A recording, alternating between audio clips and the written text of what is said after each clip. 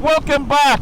I'm heading to Dublin today on this fantastic Kawasaki Z900RS. This is probably my last spin on this bike because I have to give it back to Terence Healy Motorcycles the day after tomorrow, after they very kindly loaned me the bike. I think I've had the bike for the last 3 or 4 weeks.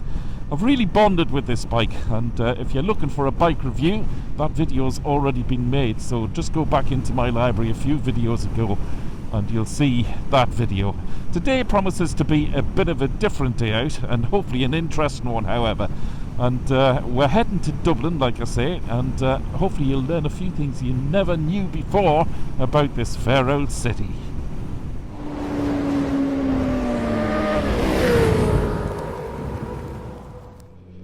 So we're just approaching Phoenix Park. Whenever I come into Dublin, I always try and come through this way. This is the Castle Knock entrance of Phoenix Park, by the way. It's a little bit tricky. You have to keep your wits about you here. You can see why there. So yeah, look at this. This is one of the largest parks, by the way, in Europe. And I think it's around 1,800 acres. It's absolutely stunning. The city is literally on the other side of the park. That's why I always try and come through here. It's actually twice the size of Central Park. It's completely surrounded by a wall as well, which is about 11 kilometers long. Now, it's also home to a herd of deer which were put here in the 17th century as it was treated as a royal hunting ground, and that same herd have reproduced. And to this day, there are apparently between 600 and 800 deer just roaming freely in the park. You can regularly see them, so you do have to keep your wits about you when you're especially travelling through the park here on a motorcycle. And they're an absolutely gorgeous sight as well. Not sure if we'll see any today, of course, now that I've mentioned it. And as well as deer, and as well as people out running and walking and cycling, as you can see here, I mean, it's a real hive for people who work in the city. You can probably notice all of the Garda cars here. It's also home to the Garda headquarters. On Garda Sheer Corner, in case you didn't know, is Ireland's police force. So the headquarters are based here in the park, as well as the Irish Army. And as well as the president of Ireland also lives here in a residence called Áras an Uachtaráin. In fact, we'll head over there now and I'll try and get a glimpse of that on camera for you. That residence was built, by the way, in 1751, and the White House in Washington DC was inspired by the same architecture used in the Áras here in little old Dublin. I don't know how Ireland has been able to keep this, especially with the housing crisis that we're all suffering here in Ireland. You know, there just aren't enough houses. Nobody can get a house anymore here in Ireland. Now here is the Áras up here. I don't know how far. Maybe so we can drive up to the gates. We'll try it anyway. Familiar sight around Dublin as well. The open top bus tours. They're fantastic, actually. I'll try and do that whichever city I go to. So these are the gates of the Áras, and regularly you will see the Garda cars accompanying the President of Ireland driving in and out of here. I've caught that a few times. If we drive down the road, maybe it's not at this time of year because the trees are all overgrown, but if we drive down the road here, which we're going to do now, you can often get a glimpse of the Áras. It does look remarkably like the White House. So let's keep our eyes out to the left in the hope that we can get a glimpse of the Áras. I doubt it, like I say, because it's summertime when I'm filming this and the trees are just so overgrown. So no shots of deer so far, and no shot of the Áras an Uachtaráin. You'll just have to take my word for it, folks. However, what I can tell you is that it's also home to Dublin Zoo. And I don't know if you remember at the beginning of any MGM film, that famous sort of sting at the opener of the lion roaring within the circle and the sort of banner. Well, I'm going to tell you a very interesting fact here. The original lion, actually not the roaring lion was a later lion, but the first lion, which was used still on the MGM logo, was sent from, what was his name? I think he was called Slats. He was bred in Dublin Zoo and sent over to Hollywood to become the king of Hollywood. And as a result, Dublin Zoo got a mighty name for breeding lions, and they produced a lot of lions since Slats. So back in 1924, of course, it was all silent movies, so there was no need for a roar from the lion. However, in later years, they did put a roar in. Just keep an eye on the speed limit here. There are Garda cars everywhere, as I say, because the HQ is within this park. You can spot a guard or his car anywhere. And now we're in the city, the top end of the city. The River Liffey is just in front of us. To the left of us we have the criminal courts of justice, and you certainly don't want to end up there for a day out. So we'll carry on motoring. There's another Garda van. I suspect this is to do with whatever court case is happening today. There seems to be quite a bit of activity, actually, more than usual today. They're always changing the traffic flow in the centre of Dublin, closing lanes just for bus lanes and restricting cars and changing the one-way system. So it does take a little bit of patience and a little bit of getting used to. This is the River Liffey to the right of us. And as you can very clearly see there, the Guinness factory on the other side of the river.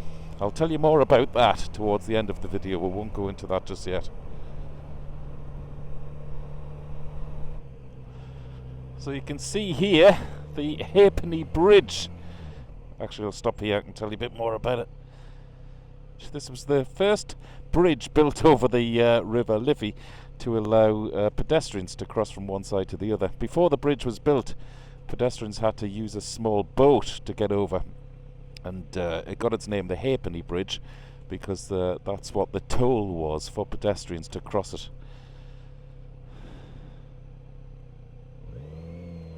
And it's still a beautiful work of art. It was actually built in the UK, in Shropshire, and it was sailed over on a sort of barge and floated up the River Liffey to be put in place there.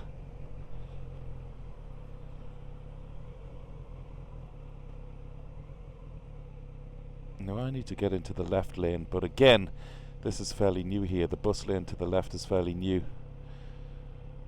So hopefully after these lights I can slip into the left lane and we'll head up O'Connell Street and ride past the GPO. So now we are heading up one of the most famous streets in Ireland, O'Connell Street. Keep your eyes out for people dodging out everywhere here.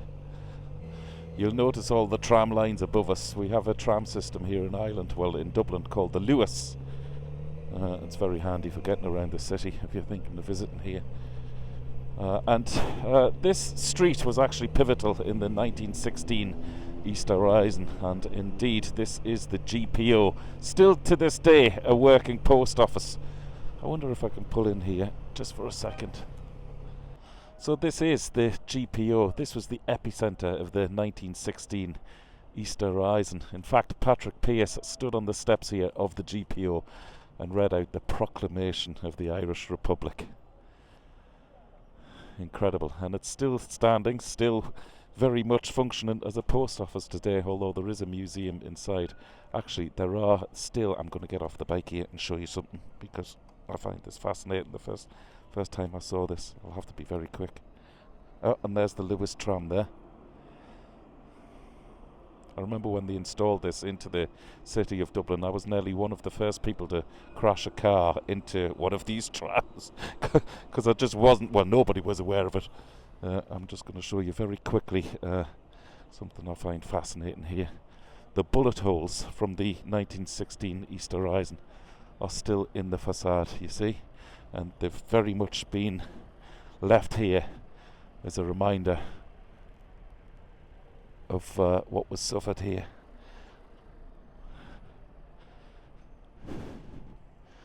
So serious fighting, serious history within the walls and the columns here. Can't leave the bike too long, unfortunately, unguarded around these parts. Dublin, like most other cities now, has just become a mecca for bike theft. Very sad. And unfortunately all of our bike insurance policies have gone through the roof as a result of it as well.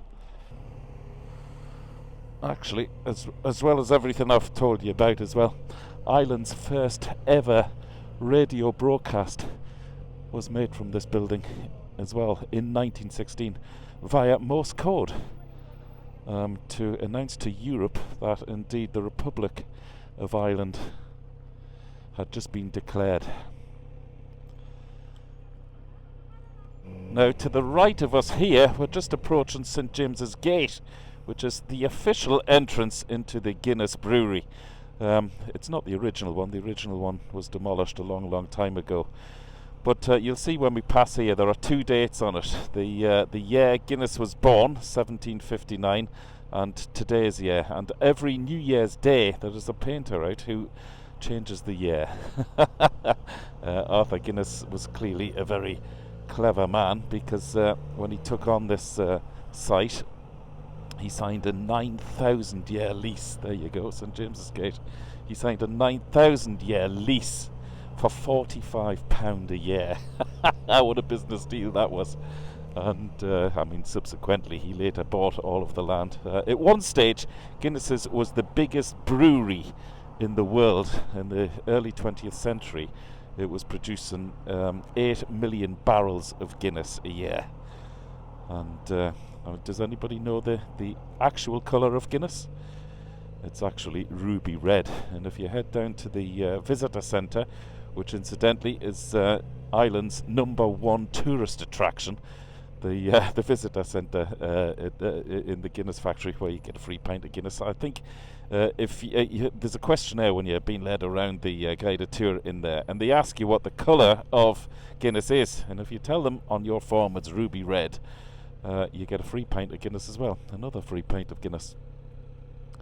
So still absolutely thriving, that place, of course. In fact, last year, 2024, there was a world shortage of Guinness. They couldn't make it quick enough. Clearly the look of the Irish, they're doing something right there. There are many myths about Guinness as well, that the water doesn't travel and the water comes from the Liffey. In fact, the water does not come from the Liffey, and I'm sorry to put to bed any long-lasting myths here, but the water actually comes from the Wicklow Mountains. Another lesser-known fact actually about Guinness is don't know if you're old enough to remember some of the early advertising campaigns. I mean, Guinness have always done incredible advertising campaigns. One of their early ones involved a toucan, because the artist who came up with who was put in charge of designing posters, of course, back then, before colour television and iPads and online stuff, the colour posters, he needed something exotic and colourful, and he came up with the idea of using zoo animals. However, after designing the early campaign with a toucan, it was then considered the toucan was probably too exotic for the campaign, so they nearly pulled it. That very, very famous toucan and that very famous Guinness campaign nearly didn't happen. In fact, if you were to remember one Guinness campaign, I think the majority of people worldwide would say the one with the toucan. And it nearly didn't happen because the toucan was considered too exotic. Imagine that. I have to say, at this stage, this bike is just a brilliant around town bike, as well as, you know, being suitable for great days out and everything. It's the way it just weaves in and out of traffic. It's fabulous. It's so comfortable, and I can flat foot as well, which is a huge bonus, especially with all of this stopping and starting in the Dublin traffic. So as we head around St Stephen's Green here, ahead of us is Grafton Street, probably the busiest shopping street in Ireland, where brands like Brown Thomas and the likes of are all based there.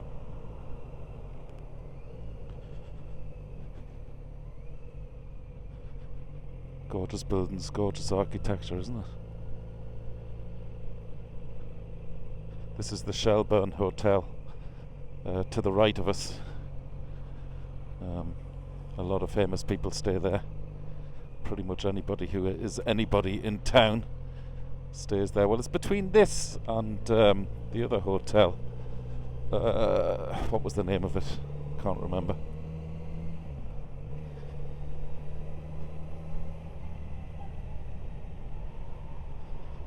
Now to the right of me is Leinster House. This is the home of the Irish government.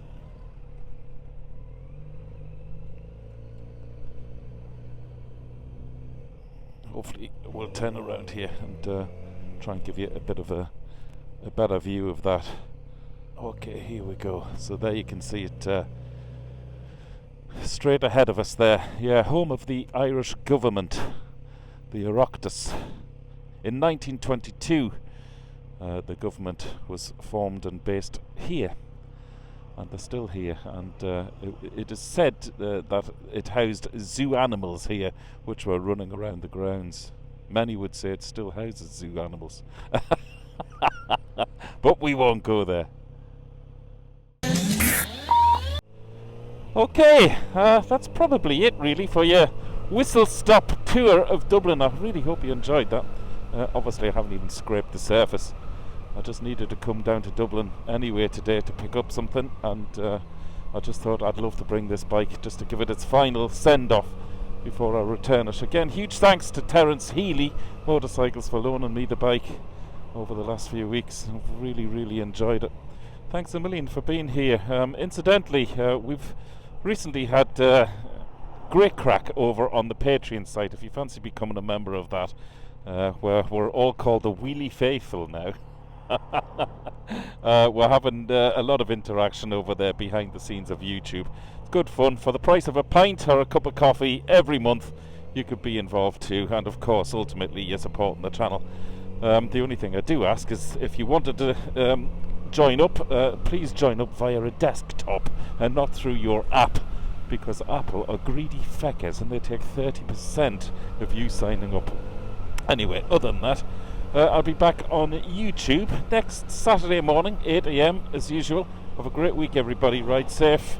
Dave Perry, Wheelie Good TV, lost in Dublin. It's a wrap.